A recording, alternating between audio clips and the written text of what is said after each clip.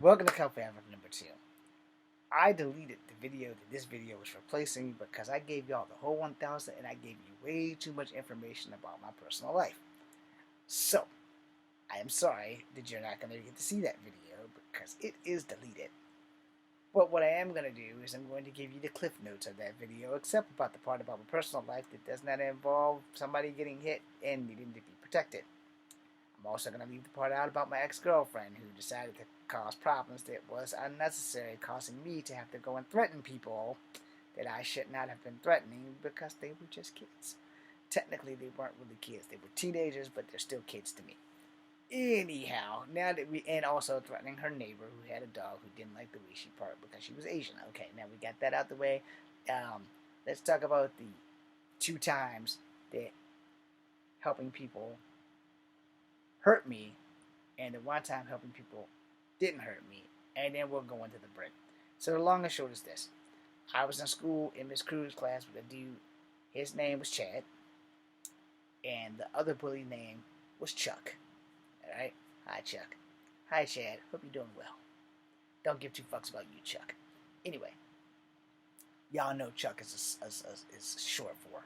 Figure it out. Just Google Spirit, the G.I. Joe, and his first name will give you that guy's basic name. And his last name is Iron Knife. And that sounds like a story. Fantastic. Anyway, in Miss Kruger's class, Chuck decided he wanted to take Chad's lunch money.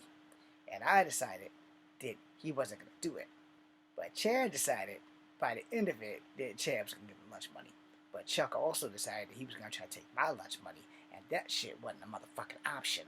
As my light just died. Fan-fucking-tastic. Anyway, so since Chuck and Chad were having issues, of course, you know, my dumbass with superhero syndrome was going to try to solve the problem. But that shit didn't work out the way I planned it. And, you know, things went from bad to worse. Only not so bad, but, you know, we didn't get to go fisticuffs. But there was some threatening going on. And I had to remind some people that just because you're bigger than me doesn't mean you can kick my ass. Okay. So, that was the 1 time. There was another time. I'm going to leave that one off because that one was one of the ones that I shouldn't have gave, but I gave. And that was about my girlfriend. And then there was another time, which was about my sibling, where helping people hurt me. So we're going to leave both of those off. And now we're going to jump to the time where helping people helped. And it didn't really backfire. So we was in a wheelchair basketball team. We were in Canada, and this is the long and short because the other video was 30 minutes long, and I don't want to give you guys all that shit. So the guy who was causing all the problems couldn't stand up in a wheelchair because he was in a wheelchair, and he was calling his baby mama all kinds of whore sluts, bitches, and things in front of their little baby girl. Now, had the little baby girl not been there, I wouldn't open up my goddamn mouth. So, because the baby girl was there, I opened up my mouth. And this guy opened up his. And I threatened to beat his ass while he was in a wheelchair. And I said, the only thing that's keeping you safe is the fact that you can't fight back. And then I pointed out that his little girl's going to grow up and think that every man is supposed to treat her like dog shit because you're treating her mama like dog shit in front of her. Now, the mother didn't say 2 words because I put the motherfucker in his place. I also threatened to beat his ass. And I said, the only reason why I'm not going to beat your ass is because you can't stand up and defend yourself. But if you can stand up and defend yourself, you better bet your sweet ass that I will be beating it from here to hell and back again. So, that is where we will pick off of from there. Now we're going to talk about this whole Brix situation with the Facebook, TikTok, whatever the fuck, social media. So apparently this young black lady got her face hit with a brick. This is all I know because TikTok's got all the men on the fence and all the women on that woman's side being mad as hell at every man on the fucking planet. Alright? Now, no one can really say what they're going to do if they're not there. Alright? We weren't there. We don't know what happened, and we know there's 3 sides to every story. There's her side, there's his side, and there's the truth. Alright? Notice which finger I use for the truth, because the truth is the only thing that really fucking matters. Now, I saw a video. I don't know if it's the video, because like for this whole week it's been a TikTok hot topic. So the video I saw, she went to a guy, slapped the taste out of his mouth, stepped beside him like about 4 freaking steps, and started twerking. The video cuts to her being in the hospital with her face jacked the fuck up. It never showed him hitting her with the fucking brick. So I'm like, okay, what the fuck? I have not honestly dug into looking for more videos to see if there's an actual moment where they show him hitting her in the face with the fucking brick. I don't know if he did this shit or not. I don't really give a fuck. And like I said, you can't say what you would do if you're not there. But the women of TikTok are pissed the fuck off at every man on the planet, especially the men who were there who watched the shit happen. The men have taken the side of, well, you know, I'm not dating her, so I don't have to protect her. And I would almost say they're kind of right, you know, because really they're not. One man today on the live said, why would I protect a girl who won't give me the time of day? Again, check. I have to say he's kind of right. Because how many of us men have walked up to pretty ladies, introduced ourselves, and said hi, and you won't. I have this happen to me all the time.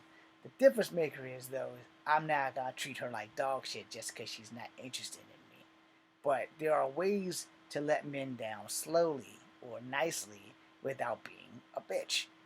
And from the video I saw, it was he asked her for her numbers and she said, you can't give me, you can't have my numbers. And then she hauled off and slapped him. Now I don't know what was said, but what was shown was no. And I guess if that's the same guy, he didn't look black. He looked like he's like a white dude or a Puerto Rican dude, which would be like a white dude with a tan. And somehow or another, he done found the brick. I don't know where the hell he got a brick from, because where they were at, there was just like streets. It's like the brick magically appeared, and all of a sudden, she done got hit in the face with a brick.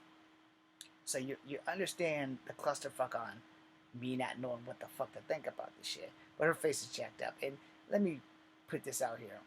In no circumstances whatsoever should a man ever have to beat a woman, hit a woman, or anything, with a few exceptions. She has like something in her hand, because this can hurt you real bad in the right hands. And so can this. So can this. So can this bag of ink pens. If you are taught how to fight, nothing that you touch should not be able to be utilized as a fighting instrument. As a martial artist, I know this firsthand. So, you know, I'm trying to manifest how this shit happens, you know, and everybody's mad because nobody who was there did anything about it, and they let the guy hit her with the brick and escape. And then, so, this is where things change depending on the live. One woman who agreed with the men who said, well, why didn't she call the police instead of going on TikTok? Why the first damn thing she should have did was go on fucking call police. But the first thing she did was she filmed her shit on TikTok. She went to the hospital and she filmed that shit on TikTok, and it went viral, and it's all over the internet, so y'all can go find the shit. So, you know, those were questions, but that was a woman who brought that shit up. And a dude, he said, look, if it's not my wife or my daughter or my mother or one of my sisters, I don't have to protect you.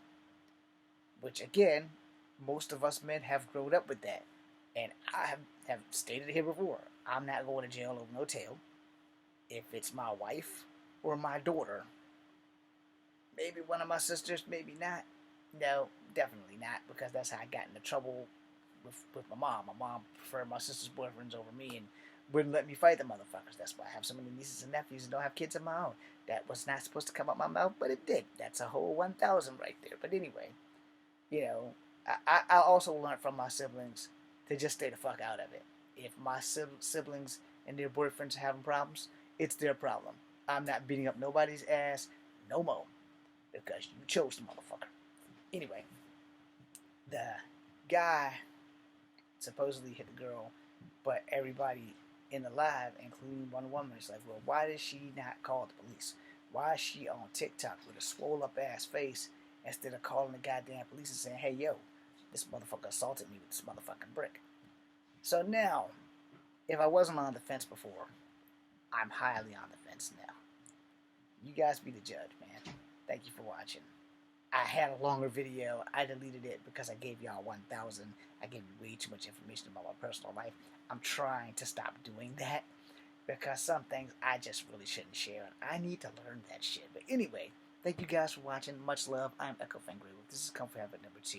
Be see ya.